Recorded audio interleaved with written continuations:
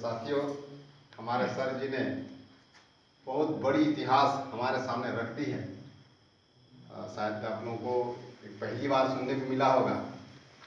इसी बात को आगे बढ़ाते हुए थोड़ा सा मैं हमारे जो गांव की जो रियल जीवन है उसको आप लोगों के सामने 10 मिनट में रख रहा हूँ, क्योंकि मेरा एक YouTube चैनल भी चल रहा है। ये चैनल का लिंक मैं आप सबको भेज दूंगा, आप लोग उससे भी ज़्यादा ज्ञान अर्जित कर सकते हैं। आप लोगों के पास एक सवाल है, क्या आप आज़ाद हैं? आज आज़ादी के 75 साल के बाद में क्या आप आज़ाद हैं? या क्या आप गुलाम हैं? आपको किसी चीज़ का पता नहीं, आपको आज़ाद भी नहीं कर सकते और गुलाम भी नहीं कर सकते, तो क्या है? देखिए, इसको जानने के लिए हमारे पास एक सवाल है।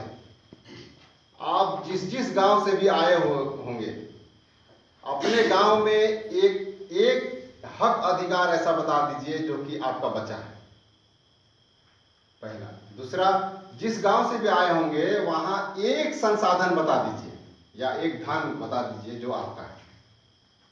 और तीसरा है कि जिस गांव से भी आए होंगे वहां एक कार्य बता दीजिए जिसको कि आप कर सकते हैं स्वतंत्रता पूर्वक।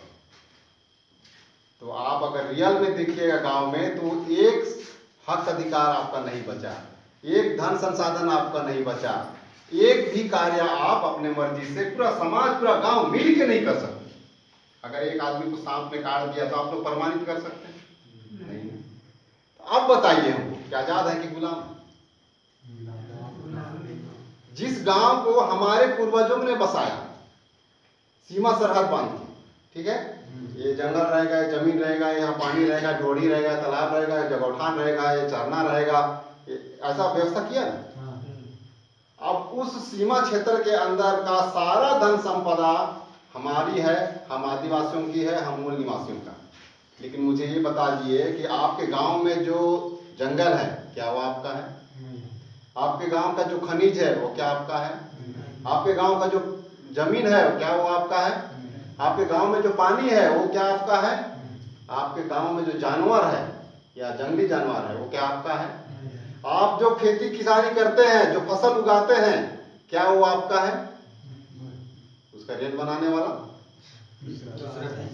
आपका जो मेहनत है, आप जो समय लगाते हैं वो मेहनत क्या आपका है?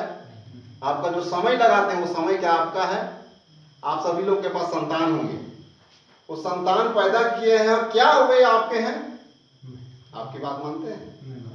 बुरा मत मानिएगा, हमारी महिलाएं हैं, इन्हें हम दूर से लाए हुए हैं हमारे गांव में, क्या हुए वो आपके हैं? कहने का मतलब ये है कि इस कदर उनको लूट लिया गया है। जंगल से क्या आपको 1 रुपया आमदनी हुआ है? गांव को मिला है। खनिज से गांव को 1 रुपया मिला है, पानी से 1 रुपया मिला है, जमीन से 1 रुपया मिला है, हमारे जो श्रम संसाधन है उसे 1 रुपया मिला है गांव को, हमारा जो मानव संसाधन है उसे 1 रुपया मिला है गांव को। अरे दादा, मैं बता रहा हूँ कितना जायदाद से हमारा ये गांव स्वर्ग बन गया। पूरा जंगल से जो आमदनी है वो गांव पे लगे, खनिज से जो आमदनी है वो गांव पे लगे, तो गांव स्वर्ग नहीं बन जाएगा? लेकिन आज इतना मेहनत करके दिन रात खेती कमा रहे हैं, इसके बाद में ये हाल हमारे सर कह रहे थे ना कि सब कंकाल हो गए हैं। हम लोगों को तो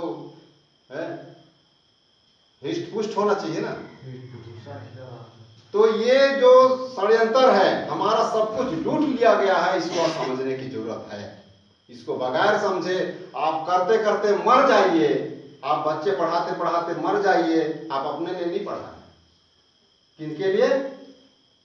ब्राह्मणों के लिए, विदेशियों के लिए। आपका जंगल किसके लिए जा रहा है? आपका पानी किसके लिए जा रहा है? जोर से बोलिए, डरने की क्या बात है? आपका खनिज किसके लिए जा रहा है? आपका फसल किसके लिए जा रहा है? आपके बच्चे किसके पास जा रहे हैं? तो इस चीज को आप रोकना है।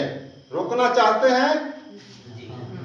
अगर रोकना चाहते हैं तो अब जैसा कि हम एक मूल निवासियों का जन संगठन खड़ा कर रहे हैं, इसमें आप लोगों को जुड़ना होगा। और दूसरा एक उपाय है, जिस संविधान की बात हमारे सर जी बार बार बता रहे हैं, उसमें एक पेशा कानून जो अभी है हमारे अनुसूचित क्षेत्र के लिए, उसके तहत अब जंगल आपका है, जमीन आपका है, पानी आपका है, खनिज आपका है, आपके गांव के जो भी फसल आपके हैं, जंगल से मिलने वाले सभी लघु वनोपज आपके हैं, जंगल पानी में मिलने वाले सारे जीव जंतु मछलियां आपके हैं, जंगल में मिलने वाले सारे जानवर आपके हैं। लेकिन किसको मालूम था? हमारे ये साथी अभी कह रहे थे ये खनिज के बारे में। आपके खनिज, या एक उदाहरण बताऊं, आपके गांव में जो खेत है उसमें अगर मैं खेती करता हूं तो अधबटाई का नियम है। तो आपका जमीन में जो खनिज है उसमें आधा हक आपका है। यदि कोई पूंजी लगाता है, पैसा लगाता है, तो आधा पूंजी लगाने वालों का और आधा जिसका जमीन में है उसका। इतनी बड़ी राशि आप इतना मेहनत करने की जरूरत ही नहीं है, आपको बैठे बैठे मिलेगा। लेकिन वो किस कदर लूट लिया गया है हम लोगों को ये समझ में नहीं आ रहा है। तो अब जो एक हथियार के रूप में पेशा कानून हमारे हथियार के रूप में है, ये संविधान का किताब हमारे हथियार के रूप में है, और हमारा जो जन संगठन है, हमारा जो भारत मुक्ति मोर्चा है, ये हमारे हथियार के रूप में है। मैं आप लोग को यकीनन दिलाता हूँ कि पेशा कानून का नाम लीजिए, संविधान का नाम लीजिए, और इतना कम से कम नाम लेने का हिम्मत कीजिए कि मैं भारत मुक्ति मोर्चा से जुड़ा हुआ हूँ। बड़े से बड़ा जो अपने आप को खाटी या गुंडा या ये बहुत भारी समझता हुआ ना, उसकी भी हिम्मत नहीं चलेगी आप उससे बात करने की। बस आप लोगों को हिम्मत जुटाना है और इस बात को अब आपके सारे रिश्तेदारों तक पहुंचाना है, आपके बच्चों तक पहुंचाना है, आपके पड़ोसी गांव तक पहुंचाना है, आप जितने भी जगह बेटियां देंगे, जहां से बेटियां लेंगे, सभी जगह पहुंचाना है। इससे क्या होगा कि हम लोग सब लोग एक विचारधारा वाले होंगे, एक विचारधारा वाले होंगे, एक पहचान बनेगी। आपको मदद मैं करूंगा, मुझे मदद आप करेंगे, इस तरह से हमारा जीवनचर्या चलेगा। क्या आप लोग इस जीवन को मंजूर करते हैं? तो अगर ऐसा है तो अब जो है कि आप इस बात को फैलाना, इस विचारधारा को फैलाने का कोशिश करें, और मेरी जो YouTube चैनल है उसको भी शेयर करेंगे, वीडियो को ज़्यादा से ज़्यादा लोगों तक भेजेंगे, इसको सब्सक्राइब करेंगे, जिससे कि हम एक साथ मिलके हम अपने मुकाम तक पहुंच सकेंगे, अपने आज़ादी को प्राप्त कर सकेंगे। सभी को पुनः एक बार धन्यवाद।